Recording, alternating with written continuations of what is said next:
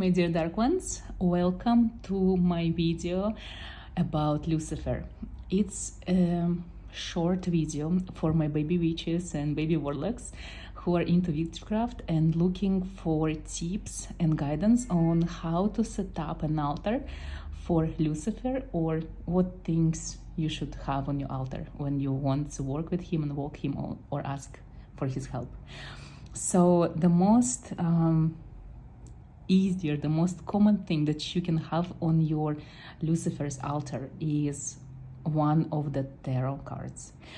The tarot card that mostly associated with Lucifer is the Star card.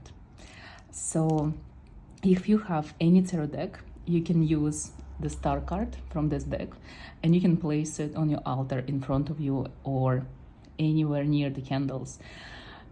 It should be in a place where you can easily look at this card while you're working with Lucifer or talking to him or invoking him. If you ask me why the Star card among other 77 cards in tarot deck should be the card that represents the Lucifer, because in my opinion, every tarot card is supposed to answer a question. That's why we go for guidance to tarot cards, right? So each card carries an answer and each card represents a question. So when we think about Lucifer, the question is, how can you be the star if you don't shine and is afraid of darkness? Because you know the whole energy of Lucifer, the whole idea of Lucifer is the rebellion, subversion. So that's why we choose the Star card on your altar.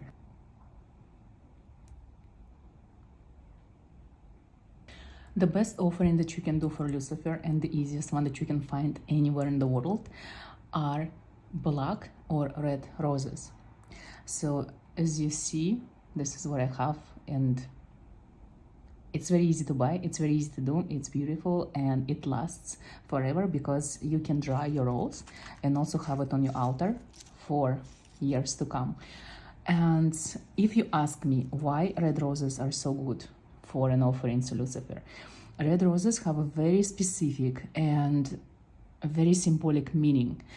They represent in witchcraft and invocations especially death, danger, intricate love, mysteries, revenge, rebellion, resistance, dark side of passion and desire.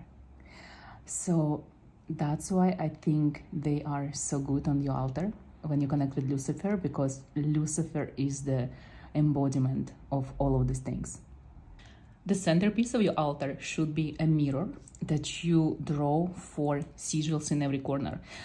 I prefer to draw crosses because crosses, like I explained in one of my videos before, they represent crossroads, so the door openings, the energy points. You can draw any cross you like. It could be an ankh, cross of your religion, it doesn't matter. It should be a cross that you personally like, and when you look at it, it gives you some kind of emotions. Working with demons or any entities, especially with Lucifer, it should be a very emotional thing for you, because magic is all about energy, exchange of energy, intentions, and feelings. If you feel something, your spell will work. If you don't feel anything, you know there's going to be no results. Same with invocations and connections with demons. If you want an examples of crosses, you can use crosses like that. This is crosses from Northern Africa, the Berber crosses. I think they are the closest crosses to ancient Mesopotamia, and that's where the majority of demons originated from. So those are the shapes that you can draw if you like in any ideas. Also, the Leviathan cross, it's the most common one that is used in practice of invocations and connecting with demons. This is something that you can use because if so many people already use this cross, it already has so much power that you can feed off from without doing anything special on your part. If you noticed, the mirror and the bowl that I'm using for roses are made of silver. Silver is the most amazing material when it comes to magic. There are metals that are considered blessed in magic and are lower energy metals and dirty metals. The blessed ones are the metals that are of higher frequencies and the best mediums for connection with the other side. Silver enhances psychic abilities. It also represents the moon in witchcraft and magic. And as you know, being a psychic, it's more easily done when you are more intuitive. So some people are more inclined to use the masculine, the divine masculine, when it comes to magic. So if you lack the intuitive side, the feminine side, that's why silver comes to rescue. And if you're already very intuitive, why not to enhance it just by using a silver object on your altar? Also, silver is very protective metal. If you know, silver was the only metal that was used against vampires and werewolves. The legends has it that it's the only metal that was able to not only kill but even scare them. And talking about vampires, there are a lot of energy vampires around you. And when you do some kind of ritual, sometimes you attract negative energies, negative entities that might come near you. So using silver, it's a foolproof method of protection without you doing anything. The main reason why I don't want to lose your energy during the ritual is because by losing energy, you lose your power. Magic is all about inner power. So silver protects you and keeps your inner power exactly where it needs to be. A lot of people ask why Lucifer always requires to work with mirrors. And there is a good explanation why. You know, there is a 3D world and the astral world. Astral world is where we're trying to connect to.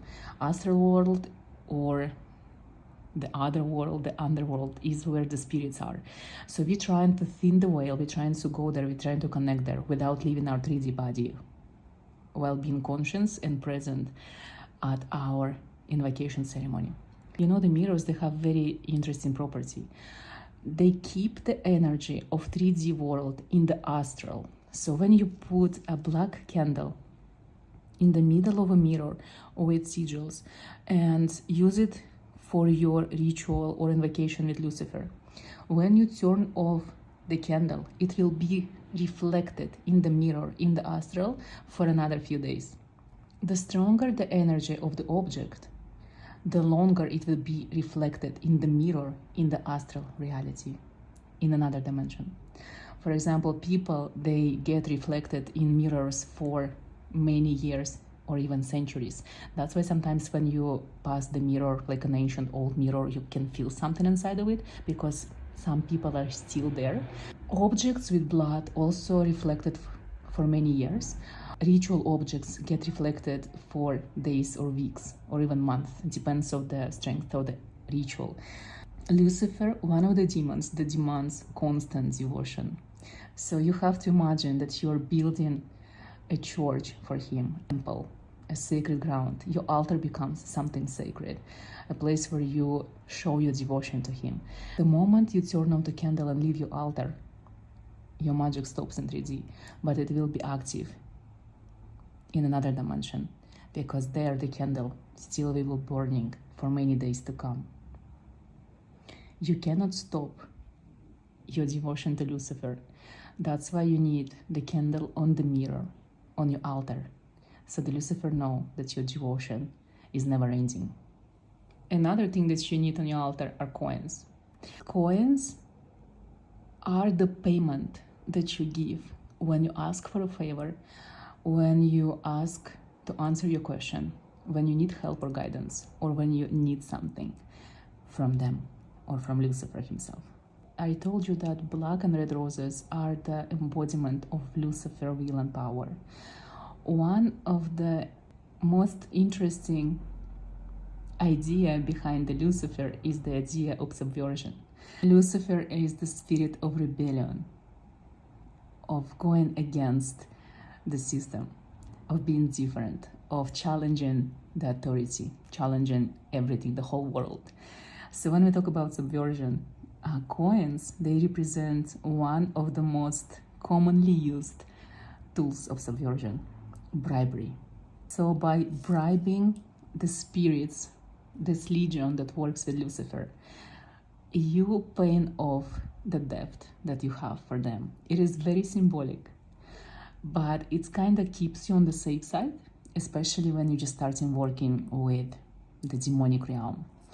So when you ask a question, the coin should represent the era that the question belongs to. So for example, if you want to ask something about your current life, use the money that you use today.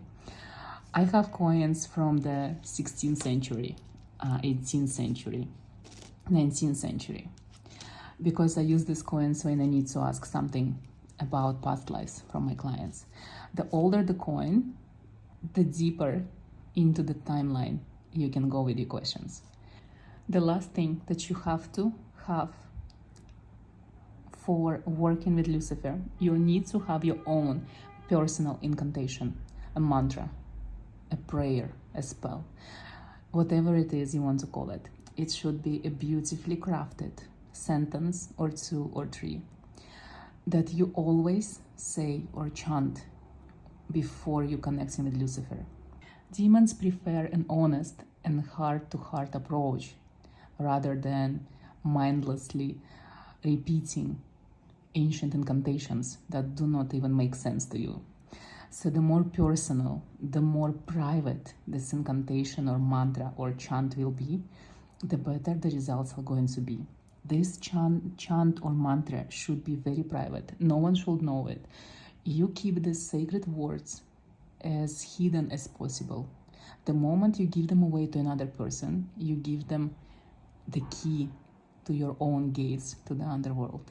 So be very cautious and mindful, and never say it on social media, never share it anywhere. I don't even recommend you writing it on a paper because someone might see it. Keep it to yourself, keep it in your mind, and keep it locked there. Only use it when you're by yourself and no one can see you or hear you. A lot of people might be scared of working with Lucifer, but honestly, I can tell you this.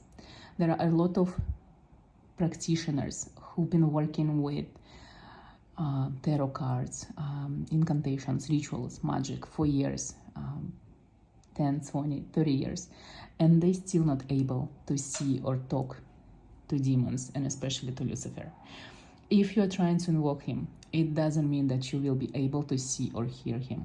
He will come only to the chosen ones, to few people that are allowed to communicate with him. So don't be scared of trying to communicate, because you're probably not gonna see any results right away unless you are one of the chosen ones.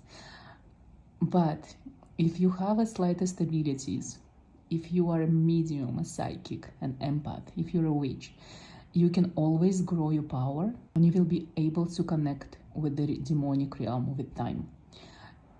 And for you, the more you connect, the more rituals you do, the more work you do, the more you just talk to your demons, light your candles, and do the same repetitive ritual every night before going to bed, the more results you will see. And the more likely you will get connected to Lucifer in the coming month or weeks or even days. So in the end, what you need to know, the first thing to realize that you are connected to Lucifer, it's the shift of the energy around you. It's not going to be crazy, there's not going to be thunderstorms and nothing exciting going to happen in the first few times that you connected your demon.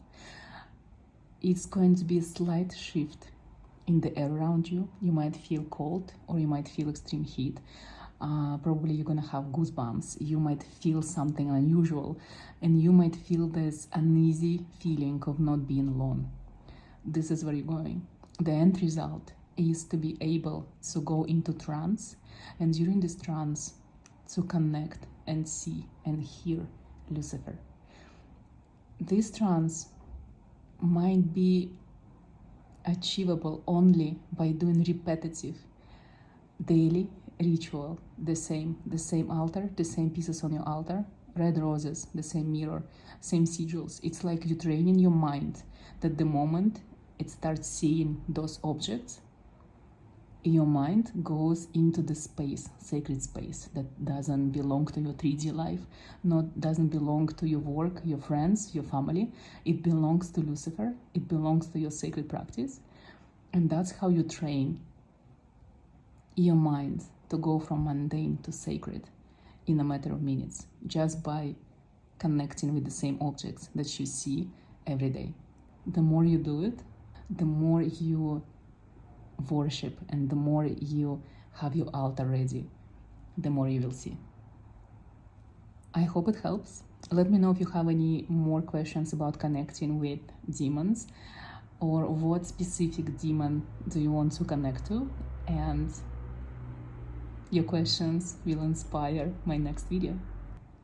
Thank you so much for watching, and go shine, and don't be scared of darkness.